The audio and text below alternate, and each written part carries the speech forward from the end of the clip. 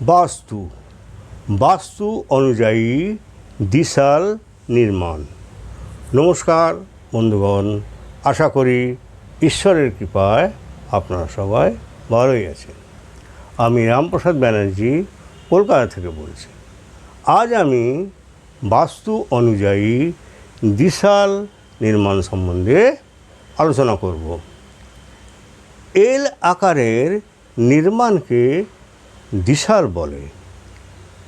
একে 4 প্রকারে ভাগ করা হয়েছে, যেমন সিদ্ধার্থ দিশাল, বাত দিশাল, দণ্ড দিশাল ও যম দিশাল। সিদ্ধার্থ দিশাল সিদ্ধার্থ দিশাল সর্বাধিক শুভ হয়ে থাকে। সুতরাং এল আকারের ব্যবসায়িক প্রতিষ্ঠান এই ভূখণ্ডের পশ্চিম ও দক্ষিণ দিকে বানাতে হয়। সিদ্ধার্থ দিশালে ব্যবসায়িক প্রতিষ্ঠানের চিত্রটি স্ক্রিনে দেওয়া হলো। বাত দিশাল বাত দিশালের নির্মাণ অশুভ।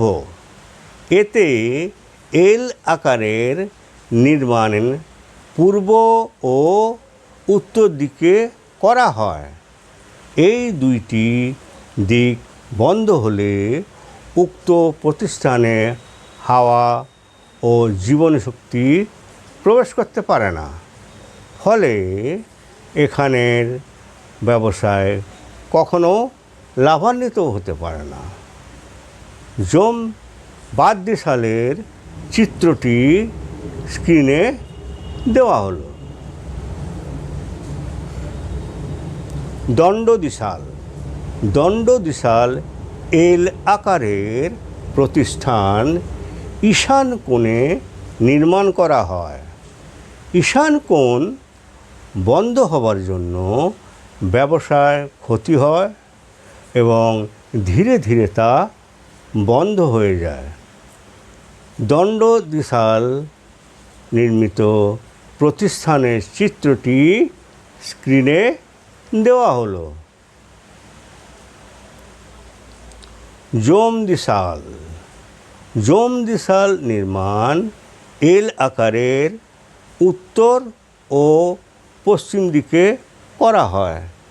এর ফলে বায়ুকোণ বন্ধ হয়ে যায় এবং উত্তর পশ্চিমের জীবনী আলো হাওয়া প্রতিষ্ঠানে প্রবেশ করতে পারে না। এর জন্য যম দিশালের নির্মাণ অশুভ। যম দিশাল নির্মাণ প্রতিষ্ঠানের চিত্রটি স্ক্রিনে দেওয়া হলো। সুতরাং আমরা দেখতে পাচ্ছি যে কেবল সিদ্ধার্থ দিশাল নির্মাণই শুভ হয়ে থাকে, যেখানে বাত দিশাল, দণ্ড দিশাল ও যম দিশাল অশুভ হয়ে থাকে। এরপর ত্রিশাল নির্মাণ নিয়ে পরে আলোচনা করব।